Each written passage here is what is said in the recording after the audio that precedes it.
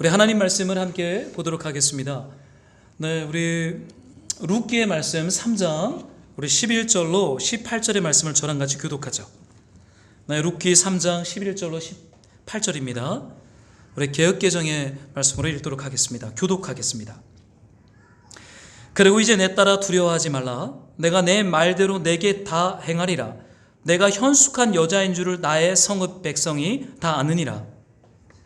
나는 기업을 물을 자이나 기업을 물을 자로서 나보다 더 가까운 사람이 있으니 이 밤에 여기서 머무르라. 아침에 그가 기업 물을 자의 책임을 내게 이행하려 하면 좋으니 그가 그 기업 물을 자의 책임을 행할 것이니라.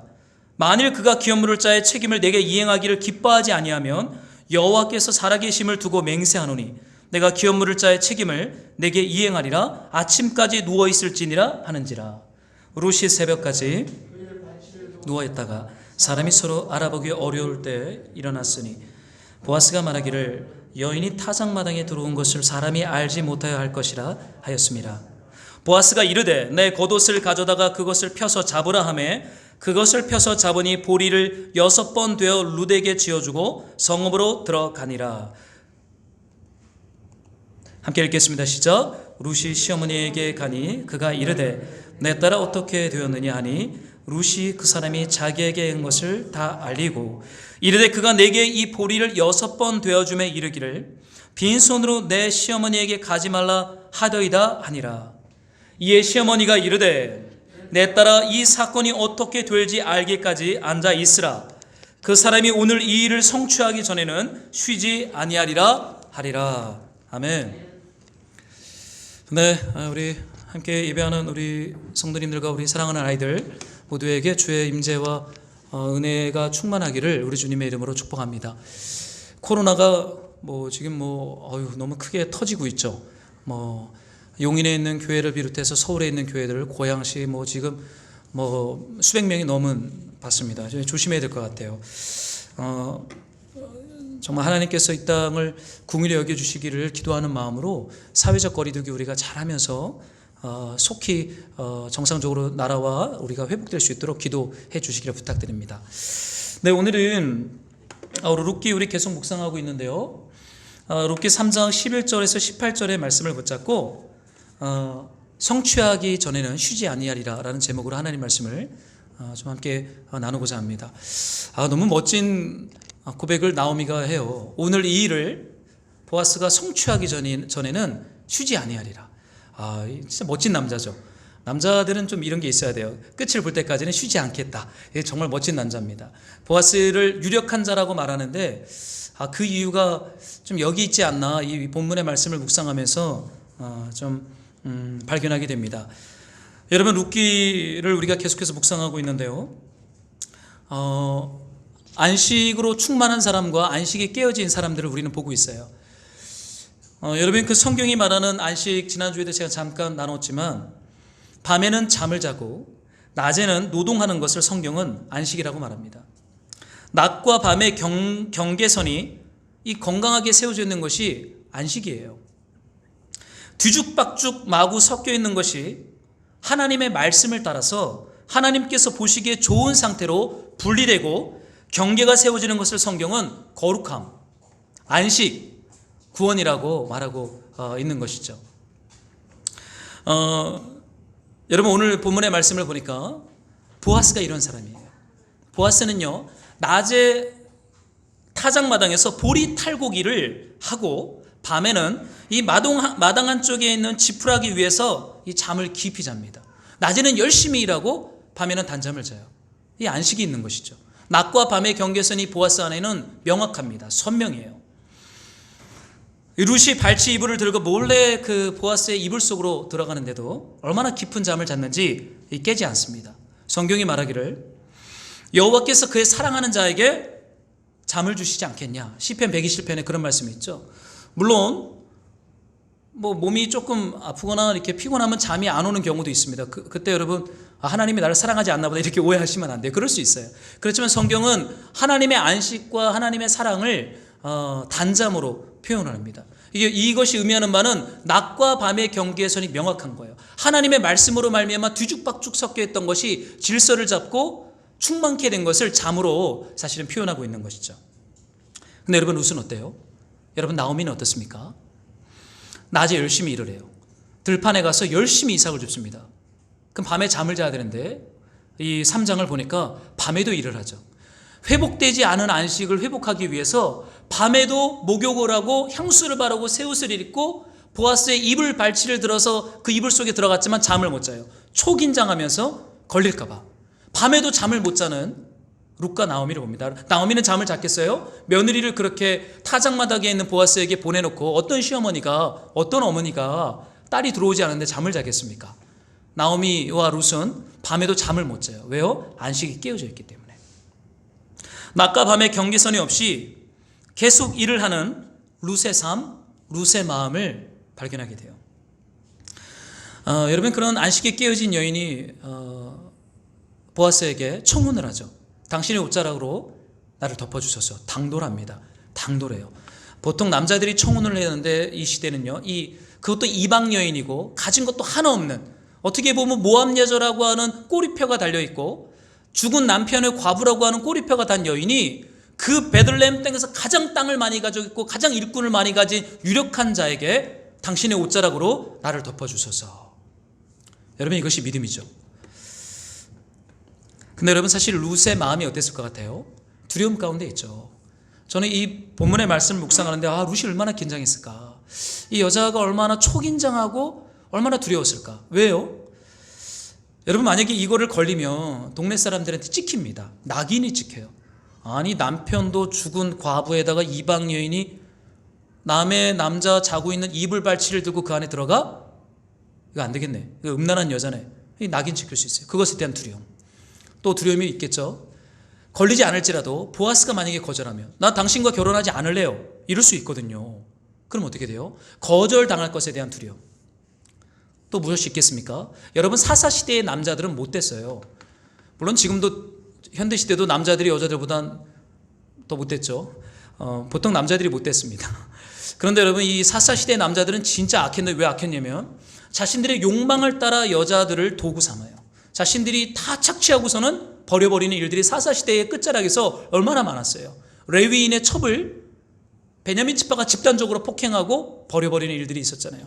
어쩌면 룻도 그럴 수 있는 위기 앞에 서 있을 수도 있죠. 보아스를 믿을 수는 없잖아요. 그것에 대한 두려움이 있어요. 여러분, 사실 이 룻의 행동을 여러분 한번, 우리는 그냥 예수님의 선조고 믿음의 조상이니까 이걸 믿음으로 해석하지만 여러분, 이 당시의 입장에서, 이 당시의 사람들의 관점에서 룻을 한번 평가해 보세요. 이거 무례한 사람입니다. 아주 저돌적이에요. 왜요? 지금 일 끝나고 남자가 잠을 자고 있는데 그 이불 발치를 두고 그 안에 몰래 들어갔어요. 이거 무례한 거죠. 당돌합니다. 그리고 청혼을 해요. 이거 도대체 이런 여성이 있을 수 있을까 생각할 정도로 굉장히 당돌하고 무례하고 강한 여자입니다. 자신의 필요 때문에 누군가의 단점을 깨우는 무례한 행동처럼 보일 수 있어요. 그렇죠? 여러분, 근데 이 룻을 향하여 이 보아스가 어떻게 대합니까? 거절할 수도 있고 혼을 낼 수도 있고 왜 이렇게 무례해? 평가할 수도 있는데 여러분, 보아스가 그렇게 말하지 않아요. 11절에 보니까 내 딸아, 두려워하지 말라. 내가 너의 말대로 내가 다 행하리라. 복음이죠. 여러분, 이것이 복음입니다. 여러분, 우리가 엉망진창이고 우리가 죄인이고 형편없어요. 얼마나 약함이 많은지 몰라요. 사람들이 보기에도 무례해요. 그런데 보아스로 비유되어진 그 하나님께서 두려워하지 말라. 하나님의 옷자락으로, 하나님의 날개로 덮습니다. 하나님의 날개에 숨기 위해 온 그 이방 여인을 품으시고 내 딸아, 두려워하지 말라. 하나님이 보아스의 입을 통해서 하나님의 말씀을 힘있게 대언하고 있는 것이죠. 내가 내 말대로 다 행하리라.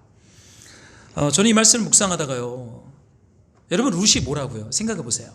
물론 지금은 예수님의 조상으로서 예수님의 족보에 룻의 이름이 올라가 있지만 이 당시는 그냥 이방인이에요. 이방인. 여러분, 외국인 노동자들 본 적 있습니까? 우리나라에서 어떤 대접을 받아요? 파주에 꽤 많습니다. 제가 사는 동네에 출판단지가 많기 때문에 외국인 노동자들이 출판단지 인쇄소에 있기 때문에 많아요. 저는 많이 봐요. 여러분, 그분들 한국인 보면요, 눈을 땅으로 내립니다. 긴장해요. 사람으로서의 인권과 존중을 잘 받지 못해요. 여러분, 룻이 그런 사람이에요. 그렇게 많고 많은 아무것도 아니고 별 볼 일 없는 사람 중에 한 사람이 룻이에요. 근데 보아스가 뭐라고 말해요? 너가 말한 그대로 다 행하겠다. 룻이 뭐라고요? 당신의 옷자락으로 나를 덮으소서 청혼을 했잖아요. 여러분, 룻이 뭐라고 보아스가 너가 말한 대로 내가 다 행하리라 이렇게 말해요? 여러분, 은혜죠. 여러분, 사실 이스라엘 나라는 고엘이라고 하는 제도가 있어요. 기업무리개라는 제도가 있습니다. 이게 뭐냐면 여러 가지 개념이 있지만 지금 룻에게 적용될 수 있는 개념은 아들을 낳지 못하고 남편이 죽었어요. 그럼 그 가문이 망하는 겁니다. 끝나는 거예요. 이 당시에는 아들이 없으면 땅이 물려줄 사람이 없기 때문에 그 땅을 빼앗기게 돼요. 그래서 고엘 제도, 기업무르기 제도는요, 죽은 남편에 가까운 친척 중 한 사람이 아들을 낳지 못하고 남아있는 과부와 결혼을 해서 아들을 낳아주고는 대를 이어주는 거예요. 그리고 힘없이 살아가는 그 과부의 삶을 책임져주는 제도가 고엘 제도입니다. 기업무르기 제도예요. 아름다운 제도죠. 고통 가운데 있는 사람을 구원하는 제도가 이 고엘 제도입니다. 여러분, 보아스가 허락을 해요. 그래, 내가 결혼해 줄게. 내가 너의 말대로 다 행하리라. 당신의 옷자락으로 나를 덮으소서. 보아스가 덮어요. 그래, 내가 결혼해 줄게. 아무것도 아닌 사람에게, 별 볼 일 없는 그 사람에게 보아스가 자비를 베풀어요. 궁유를 베풀어요. 여러분, 이것이 십자가의 사랑입니다. 받을 수 없는 대접을 받는 것이 바로 십자가이고 부활이고 구원인 것이죠. 여러분, 보아스가 룻에게 뭐라고 말해요? 밤에 여기서 머물러라. 딴 데 가지 마. 아침까지 이 이불 속에 누워 있어라 라고 얘기합니다. 자신의 이불 속에서 이 어두운 밤이 지날 때까지 잠을 자면서 쉬라고 룻에게 초청하고 견면해요. 무엇입니까? 안식이 회복되고 있어요. 낮과 밤의 경계선이 없어서 밤에도 일을 해야 했던 룻의 삶에 보아스의 옷자락과 이불 속에 들어가서 모든 두려움과 긴장이 녹아지고 정죄와 판단과 경멸이 다 녹아지고 이불 속에 숨어서 룻이 이제 단잠을 자게 되는 것입니다. 여러분, 저는 이 말씀 묵상하다가 여러분, 사람 안에 간절함이 있잖아요. 그럼 때로는 그 간절함이 무례함으로 드러날 때가 있어요. 그런 경험 있으십니까? 우리의 간절함이 깊으면 누군가를 인식하지 못할 정도의 무례함으로 그것이 표현될 때가 있습니다. 여러분, 그 깊은 간절함을 경험해 보지 못한 사람들은 무례한 행동이라고 질책하겠죠. 조용해, 왜 이렇게 너 선이 없어? 이럴 수 있어요. 근데 여러분, 예수님께서요, 이 땅에 오셔서, 예수님은 유력한 자입니다. 구약의 보아스를 예표하시고 진짜 유력한 자가 오신 분이 그리스도 예수님이세요. 근데 그분이 이 땅에 오셔서 회당장 야이로의 딸이 죽어간다는 거예요. 회당장 야이로의 부탁을 받고 그 집을 가는데 누군가 예수님의 옷자락을 만져요. 성경 마가복음을 봤더니 누가복음 8장에 이 여인이 누구냐면요, 12년 동안 혈루병에 걸려서 돈도 탕진하고 몸도 다 망가진 여인이었어요. 근데 예수님이 회당장 야이로의 집에 가니까 그 여인이 돈도 없고 몸도 다 망가지니까 그 수많은 문 남성들의 틈바 안으로 들어가서 몰래 예수님의 옷자락을 만져요. 옷깃을 만졌다라고 말하고 있어요. 아무도 눈치를 못 채죠. 근데 예수님 알아요. 스탑, 잠깐 멈춰봐. 지금 내 능력이 나갔다. 누가 내 옷자락을 만진 사람이 누구냐라고 예수님이 찾습니다. 그러니까 제자들은요, 몰라요. 예수님 그냥 가십시오. 그냥 지나가는 행인들한테 그냥 부딪힌 것 같습니다. 아니야, 누가 나를 만졌어. 간절함으로 나를 만졌어. 그래요. 그러니까 여인이 벌벌 떨고 있는 거죠. 걸릴까 봐. 자신의 간절함이 무례함이 되어서 예수님의 옷자락이 만진 것이 문 남성들한테 걸려서 혼나고 판단받고 정죄받을 것이 두려워서 성경에 봤더니 이렇게 말하고 있어요. 여자가 스스로 숨기지 못할 줄 알고 떨며 나와 엎드려 라는 표현이에요. 떨었다라고 그래요. 벌벌 떨었다. 왜냐면 그건 무례함이거든요. 지나가는 사람의 옷자락을 확 잡은 거는. 근데 여러분, 예수님이 뭐라고 말씀하십니까? 딸아, 내 믿음이 너를 구원하였다. 평안히 가라. 여러분, 우리 안에 있는 간절함이 무례함으로 표현된 이 여인의 행동을 예수님은요, 믿음이라고 평가합니다. 여러분, 룻은 무례했어요. 넘지 말아야 할 선을 넘었어요. 그런데 여러분, 보아스가 뭐라고 말해요? 딸아, 두려워하지 말라. 너가 말한 대로 내가 다 행하리라. 여러분, 우리의 간절함은 이렇게 하나님 앞에 표현되어질 때 하나님 우리를 정죄하지 않아요. 우리를 판단하지 않아요. 우리의 약함과 우리의 간절함과 우리의 부족함이 때로는 그렇게 표현될 수 있어요. 그러나 그것이 오히려 우리 안에 하나님 나라가 회복되어지는 도구로 하나님이 사용한다는 거예요. 주님은 그것을 믿음으로 본다는 거예요. 칭찬하고 있어요. 두려워하지 말래요. 긴장을 풀어버립니다. 그리고 하나님의 안식이 회복되는 주님을 만나는 접촉점으로 주께서 그 사건을 사용하고 있는 것이죠. 두려워하지 말라. 내가 내 말대로 다 행하리라. 여러분, 가끔 하나님께서 우리의 기도를 계산하지 않고 그냥 다 응답해 주실 때가 있습니다. 때로는 우리가 어린아이 같은 신앙을 가졌을 때, 갓 신앙을 시작했을 때는요, 기도하잖아요. 응답이 그냥 막 올 때가 있잖아요. 그런 적 없습니까? 저는 지금은 그렇진 않아요. 지금은 하나님께서 줄 것과 안 줄 것을 분별해서 때로는 저에게도 회초리를 주시고, 제가 달라는 거 다 요구하면 대부분 노할 때가 많습니다. 제가 욕심이 많아진 것 같아요. 근데 간 예수를 믿었을 때는 주님이 제가 무례할 정도로 요구해도 주님이 다 들으실 때가 있어요. 왜입니까? 우리가 어리기 때문에, 약하기 때문에, 가난하기 때문에, 간절함이 있기 때문에, 우리를 회복하기 때문에 때로는 주님이 계산하지 않고 우리를 그렇게 이끌어 가실 때가 있어요. 지금 룻에게 보아스가 계산하지 않고, 평가하지 않고, 판단하지 않고 너가 말한 대로 내가 다 행하리라. 보아스의 궁율 속에 하나님의 불타는 궁율과 사랑, 십자가의 사랑이 여기에 숨겨져 있어요. 여러분, 이제 결혼 승낙이 일어났어요. 이제 안식이 회복될 언약이 시작이 되었습니다. 이제 결혼을 해야죠. 결혼식까지 가야 되는 거예요. 결혼 약속보다 중요한 건 결혼식이죠. 결혼하자 이 말 믿으면 안 돼요. 결혼식 때 손잡고 들어가야 결혼하는 것입니다. 남자들 믿으면 안 돼요. 그런데 여러분, 이 보아스가 이런 얘기를 해요. 12절을 한번 여러분들이 한 번만 좀 같이 읽어볼까요? 12절 함께 시작.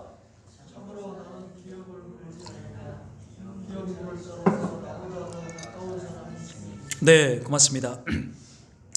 여러분, 룻은요 무례할 정도로 청혼을 했어요. 당신의 옷자락 나를 덮으소서. 그런데 룻 안에는 어떻게 이 결혼을 할 것인가에 대한 그림이 없어요. 계획이 없어요. 왜냐하면 그녀는 이방인이기 때문에. 베들레헴의 문화를 몰라요. 베들레헴이 어떻게 해서 결혼을 준비하고 결혼까지 가는지를 이방 여인 모압 여자인 룻은 모릅니다. 그냥 저돌적으로 나랑 결혼해 주세요 그런 거예요. 근데 여러분, 이 보아스가 어떻게 말해요? 굉장히 체계적인 사람이에요. 굉장히 주도 면밀하고 객관적이고 현실적인 리더십의 사람입니다. 룻, 내가 너 말대로 다 행할게. 그러고는 말하기를 이렇게 얘기를 하죠. 나는 이순이야 라고 말합니다. 룻과 결혼해서 잃어버린 기업을 물러줘야 할 가까운 친척 1순위 남자가 있어요. 그러니까 법대로, 원칙대로, 절차대로 하면은 여러분, 보아스에게 기회는 오지 않습니다. 그러니까 뭐라고 말해요? 먼저 너에게 기업 물을 자에게 내가 물어볼게.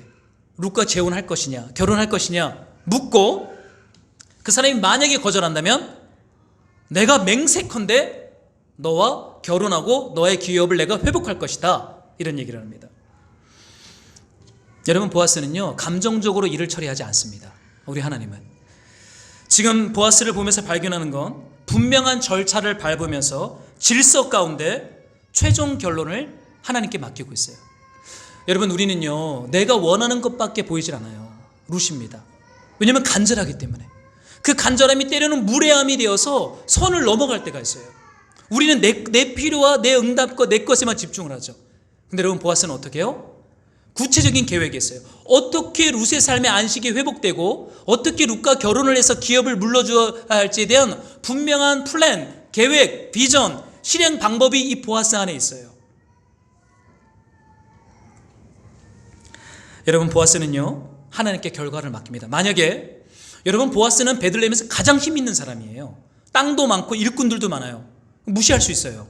그 1순위 유력한 자한테 묻지 않고 그냥 자신이 가지고 있는 힘과 권위로 룻 나와 결혼하자, 이렇게 일사천리로 일을 진행할 수 있습니다. 그러나 보아스는 질서 가운데 절차를 따라 하나님 앞에 배를 띄워요. 하나님의 뜻이 이루어지리다 하면서 위험하게 배를 띄웁니다. 마치 요게벳이 모세를 갈대 상자에 담아 나일강에 던져버리잖아요. 무엇입니까? 하나님께 맡기는 거예요. 이것이 하나님의 뜻이라면 하나님이 구원할 것이고 회복할 거예요. 여러분, 보아스 안에는 이런 믿음이 있어요. 여러분, 우리가요 아무리 급해도 하나님의 절차와 하나님의 뜻 앞에서 때로는 패를 던져야 할 때가 있습니다. 하나님, 당신의 뜻대로 하십시오. 그 1순위가 한다 그러면 룻을 뺏기는 거예요. 여러분 기억하십시오. 우리를 구원해 가시고 우리 삶의 안식을 회복할 것에 대한 너무나 선명하고 구체적인 계획이 우리 하나님 안에 있어요. 여러분, 우리는 계획이 없어요. 우리는 빨리 결혼해서 안식을 회복하고 싶은 욕망이 있죠. 근데 여러분, 하나님은요, 절차와 계획과 구체적인 이것을 어떻게 완성할 것인지에 대한 그림과 뜻을 우리 하나님께서 가지고 있어요. 그분이 하나님입니다. 여러분, 그분께 맡기셔야 돼요. 짧게 빨리 열매를 보려고 하면 돌아갑니다. 하나님께 패를 던지고, 하나님, 당신의 절차와 뜻을 따라 저를 통치하시고 다스리십시오. 여러분, 이것이 안식으로 가는 지름길, 빠른 길입니다.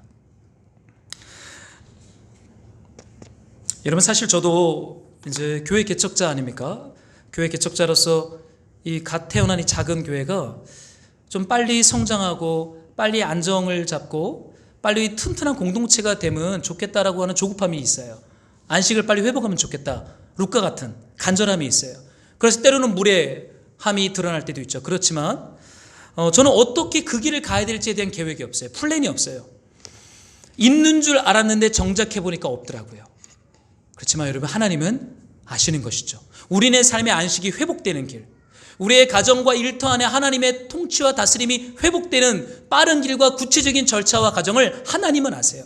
그래서 어떻게 해야 됩니까? 하나님께 드려야 돼요. 하나님께 던져야 돼요. 하나님, 1순위, 2순위 절차를 따라 주님이 주님의 뜻을 이루십시오. 여러분, 그때 거기에 하나님 나라의 안식이 회복되겠습니다. 여러분, 분명하고 선명한 계획이 없을 때 그때는 하나님께 맡겨야 할 때예요. 그럼 하나님이 일하기 시작합니다. 여러분, 보아스가 룻에게 약속을 해요. 내가 기업 물을 자의 책임을 내게 이행하리라. 여러분, 누구한테 약속해 본 적 있으십니까? 약속? 여러분, 약속의 본질이 뭐예요? 말입니까? 그 사람과 내가 말을 주고받은 그 메시지 내용이 약속의 본질일까요? 여러분, 그렇지 않아요. 성경은 약속을 언약이라고 말하는데 성경이 말하는 약속은 말에 있지 않아요. 내용에 있지 않아요. 그것에 대한 책임, 수고, 희생입니다. 여러분, 하나님이 우리와 언약을 맺으셨어요. 하나님은 우리의 하나님이 되시고 우리는 하나님의 백성이 되겠다라고 출애굽기에서 시내산 언약을 맺으셨어요. 여러분, 이 언약과 약속의 본질이 무엇입니까? 하나님은 하나님으로서 우리에게 하나님의 일을 하시고 우리는 하나님의 백성으로서 백성 노릇을 해야 돼요. 여러분, 그것이 무엇입니까? 신실함. 하나님은 어떠한 상황과 환경 가운데서도 약속을 하셨기 때문에 우리에게 신실하세요. 그럼 우리에게 요구되어지는 뭐예요? 하나님의 말씀에 대하여 신실해야 됩니다. 여러분, 이것이 약속이에요. 저는 딸이 두 명 있어요. 근데 제가 애들이 어느 정도 크면 우리 애들한테 제가 꼭 해주고 싶은 말들이 있습니다. 그게 뭐냐면, 아빠 이외에는 어떤 남자도 믿지 마라 라는 거예요. 아무리 멋있고 달콤하고 화려한 약속을 해도 믿으면 안 돼. 믿으면 안 돼. 제가 이렇게 얘기해 주고 싶어요. 왜냐면 제 삶을 봤더니 믿을 게 못 돼요. 아빠 이외에는 믿을 게 못 돼요. 남자 목사? 그것도 믿을 게 못 됩니다. 왜냐면 여러분, 약속의 본질은 수고와 희생, 대가 지불이기 때문이죠. 대가를 지불하지 않고 수고하지 않고 희생하지 않으려고 하는데 약속만 했다? 여러분, 그건 위험한 것이에요. 누군가를 컨트롤하고 조종하는 달콤한 거짓말이 될 수 있어요. 약속의 본질은 약속한 이가 수고하는 거예요. 책임을 지는 거예요. 희생하는 거예요. 대가를 지불하는 것입니다. 여러분, 보아스가 약속을 했죠. 내가 반드시 너와 결혼할게. 내가 말한 대로 내가 이행할게 라고 약속을 했어요. 여러분, 보아스가 어떻게 하고 있습니까? 우리 이 말씀을 좀 같이 좀 읽고 싶어요. 18절에 너무나 멋있는 말씀을 룻이 이 사건을 시어머니한테 얘기하니까 시어머니가 이런 얘기를 합니다. 한번 우리 다 같이 한 목소리로 18절 읽어보겠습니다. 시작.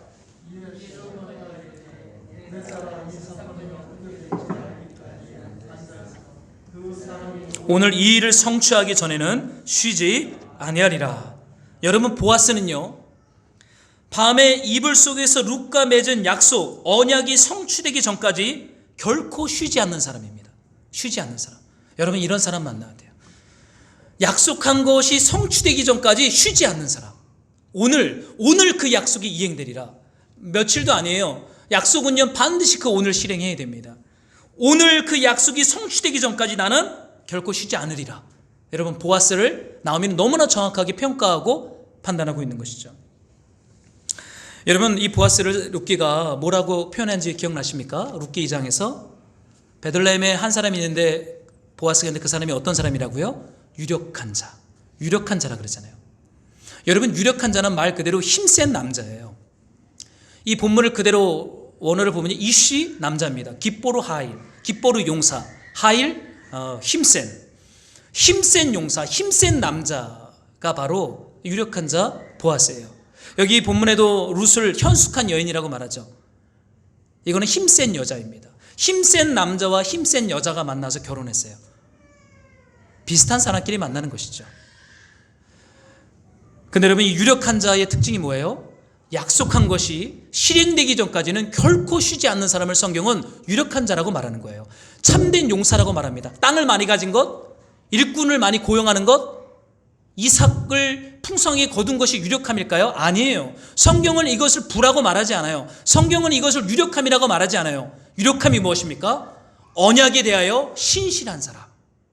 그 사람이 여러분 유력한 자예요. 그런 사람에게 땅과 이삭이 주어져요. 그런 사람에게 사람이 주어져요. 그런 사람에게 룻이 주어지는 거예요. 여러분, 우리는 때로는 하나님에게 주님 땅을 좀 주십시오, 이삭을 좀 주십시오, 일꾼들을 주십시오. 여러분, 보아스 그거 안 구했을 거예요. 보아스는 무엇을 구했을까요? 하나님, 당신의 언약 앞에 신실한 백성 되게 하여 주십시오. 오늘을 살아갈 때, 하나님의 말씀을 묵상할 때 저에게 주신 그 메시지 앞에 내가 신실함으로 그 말씀이 성취되기 전까지는 결코 쉬지 않는 하루, 그런 인생 되게 해주십시오라고 보아스는 기도했을 것입니다. 여러분, 이것이 사사기 룻기가 말하는 유력한 자, 사사, 큰 용사인 것이죠. 여러분, 이 유력한 자라는 이 표현을 성취한 분이 그리스도 예수예요. 하나님께 보냄받은 말씀이 성취되기 전에는 결코 쉬지 않고 십자가를 향하여 매진했던 분, 그분이 진정한 유력한 자, 큰 용사, 안식을 가져오는 메시아입니다. 여러분, 작은 약속에 대하여 신실하기를 훈련하세요. 그래야 큰 약속에 신실할 수 있습니다. 살아가는 오늘 하나님의 말씀을 묵상하고 그 주신 메시지가 별 볼 일 없는 것 같을지라도요, 그것을 실행하세요. 그것이 실행될 때까지 결코 쉬지 아니하리라. 여러분, 이 고백이 쌓이고 쌓이면 유력한 자가 되는 것이죠. 그것이 복입니다. 복. 그 복을 받아야 돼요. 그 복을 받은 공동체가 베들레헴 공동체고, 그 복을 성취하기 위해서 예수께서 베들레헴 구유에 오셨어요. 이 복을 성취하기 위해서, 우리가 하나님 말씀에 신실한 언약 백성 만들기 위하여 주님이 십자가 달려 죽고 부활하셨어요. 그분을 믿는 것은 신실한 백성이 되기로 결정하는 것입니다. 여러분, 이 말씀이 성취되기 전까지 내가 결코 쉬지 아니하리라. 여러분, 쉰다 라는 단어는요, 구약에서 전쟁이 끝났다 라는 단어랑 연결됩니다. 동일한 단어예요. 이 일을 성취하기 전에 쉬지 아니하리라. 쉰다. 여러분, 보아스가 쉬지 않기 때문에 룻이 쉴 수 있는 거예요. 보아스가 쉬면 룻이 일해야 돼요. 보아스가 막 깨어나서 일을 하니까 룻이 그의 이불 속에서, 그의 집에서 쉬고 있습니다. 근데 여러분, 보아스가 뭐래요? 내가 쉬지 않을 거야. 그래, 룻이 쉬니까. 여러분, 이게 사랑이죠. 사랑은 달콤한 약속이 아니에요. 내가 나가서 일을 하니까 우리 아이들이 쉬는 거예요. 이게 안식의 원리입니다. 내가 쉬면 애들이 고생해요. 그거 어떻게 봅니까? 내 몸이 좀 힘들더라도 애들이 쉬는 것이 그 하나님 나라의 원칙인 것이죠.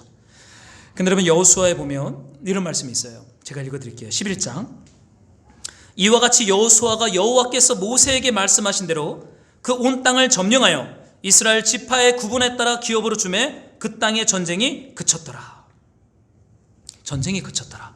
여러분, 전쟁이 그쳐야 쉽니다. 근데 여러분, 이 전쟁이 그치려면요, 전쟁을 해야 돼요. 여러분, 안식을 확보하기 위해서는 전쟁을 해야 됩니다. 하나님께서 이스라엘 백성들을 광야에서 가나안 땅에 넣었을 때, 여러분, 여호수아가 죽기까지 한 게 뭔지 아십니까? 전쟁이에요. 12지파에게 하나님이 약속하신 땅을 분배하기 위해서 여호수아는 계속해서 전쟁을 합니다. 여리고성을 전쟁을 시작으로 계속 권면하죠. 전쟁으로 나가. 안주하면 안 돼. 계속 나가서 싸워야 될 이 전쟁의 현장 가운데 지파들을 몰아붙이고 권면하고 도전합니다. 자신도 전쟁의 지도자였고요. 여러분 왜입니까? 전쟁에서 승리했을 때 그 땅을 통치하던 악한 세력들이 떠나가고 그 땅을 소유하게 됩니다. 그러면 그 땅이 어떻게 돼요? 12지파에게 공평하게 분배되는 것이죠. 땅이 주어지면 안식이 임해요. 전쟁이 그쳤더라. 땅 분배가 끝난 것입니다. 여러분 지금 보아스는요, 이 전쟁을 하고 있어요. 야훼 전쟁, 하나님의 전쟁을 대신해서 하고 있어요. 룻과 나오미, 이스라엘 백성들 안에 안식이 회복되게 하는 이 야훼 전쟁을 보아스가 대행하고 있습니다. 내가 결코 쉬지 아니하리라. 이 여호수아의 고백이에요. 근데 여러분 사실 나오미가 이런 얘기를 하죠. 여기 보니까 보아스는 결코 쉬지 아니하리라 하는데 룻에게는 이렇게 얘기해요. 이 사건이 어떻게 될지 알기까지 앉아있으라. 룻 너는 가만히 있어. 너는 가만히 있으라는 거예요. 여러분 이 표현은 야훼 전쟁을 표현하는 겁니다.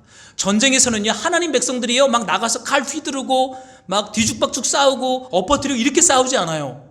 여러분 여호수아를 읽어보세요. 사사기를 읽어보세요. 하나님의 전쟁은요 하나님이 싸우십니다. 여러분 기드온의 전쟁을 보았습니까? 3,000명 모였더니 많아. 냇가에 내려가서 무릎 꿇고 물을 개처럼 핥는 사람들이 몇 명인지 세봐. 300명. 3,000명에서 300명 남아요. 뭘 의미하는 거예요? 전쟁을 수행하는 분은 숫자나 우리의 능력과 우리의 전투력이 아니라 하나님이 주체가 되어서 이 전쟁을 완성한다는 거예요. 무엇입니까? 룻 너는 가만히 있어. 너가 싸울 일이 아니야. 너가 안식을 위해 싸울 일이 아니야. 가만히 있어서 하나님이 하나님 되심을 봐 라고 나오미가 도전을 합니다. 야훼 전쟁인 것이죠.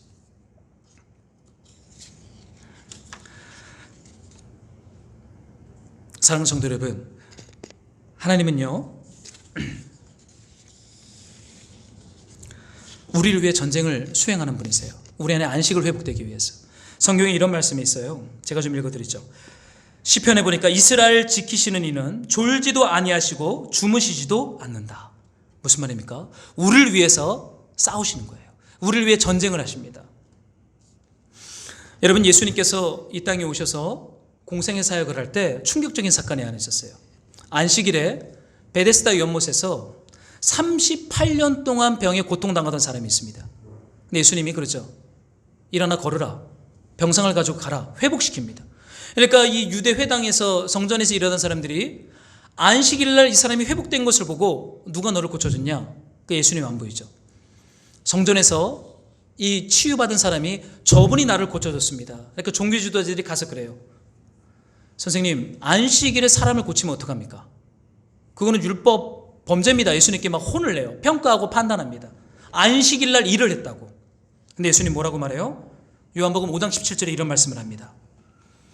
예수님께서 그들에게 이르시되 내 아버지께서 이제까지 일하시니 나도 일한다.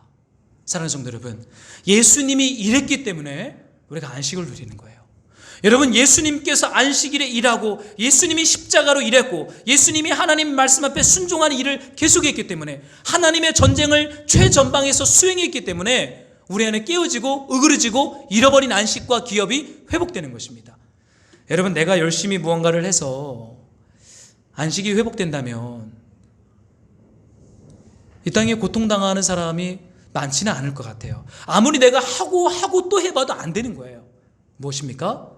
여러분 하나님의 전쟁, 야훼 하나님이 일하심으로 말미암아 우리 안에 잃어버린 안식과 구원이 회복된다라고 성경은 말하고 있어요. 여러분 이것이 하나님의 원리예요. 제가 때로는 집에 가서 이렇게 밥을 얻어먹을 때, 밥을 우리가 얻어먹지 않습니까? 밥을 해주십니까? 저만 얻어먹어요. 밥을 얻어먹을 때요 맛있게 먹습니다. 참 기뻐요. 맛있는 걸 먹으면. 근데 제가 이것을 맛있게 먹고 기쁘게 먹을 때요 제가 들어오기 전에 뜨거운 물 앞에서 요리를 했던 사람이 있는 것이죠. 그 뭐예요? 기운이 빠져나가는 거예요. 제가 우리 첫째 둘째 아이를 다 모유로 키웠는데 제 애들을 보면요 배고프면 죽을 것 같이 애들이 웁니다. 근데 엄마 품에 안겨서 모유를 먹으면요 땀을 핏방울처럼 흘리듯이 모유를 먹어요. 그럼 어느 시점 되면 애들이 잠이 듭니다. 근데 이렇게 보면요 엄마는 말라가요. 엄마는 살이 말라가요. 진액이 빠져나갑니다. 무엇입니까? 여러분 안식은요 공짜가 없어요. 누군가가 수고하고 진액을 탈진하고 무언가가 흘러갔기 때문에 지금 내가 여기에 서 있는 것입니다. 여러분 하나님께서요 밤낮으로 일하세요. 아버지께서 일하시니 우리 예수님 나도 일한다. 내가 이 약속이 성취되기 전에는 결코 쉬지 아니하리라. 보아스가 계속 일해요. 그래서 룻이 안식을 얻는 거예요. 여러분, 이것이 하나님 나라의 원리입니다.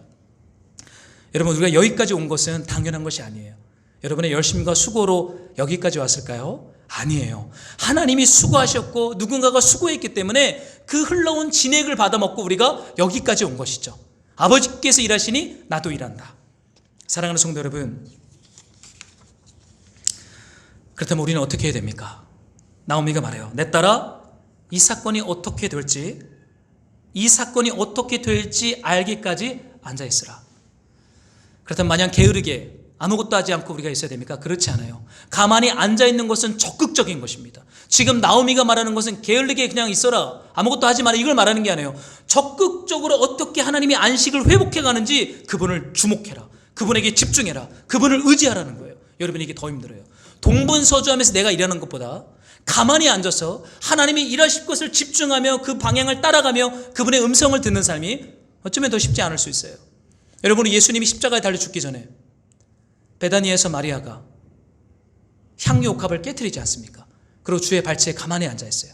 그러니까 남자들이 수군거려요. 이 옥합이 가치가 얼마인데 이걸 팔아서 가난한 자들한테 줘야지 뭐 하는 거, 막 혼을 냅니다. 예수님 말씀하시죠. 가만히 둬라.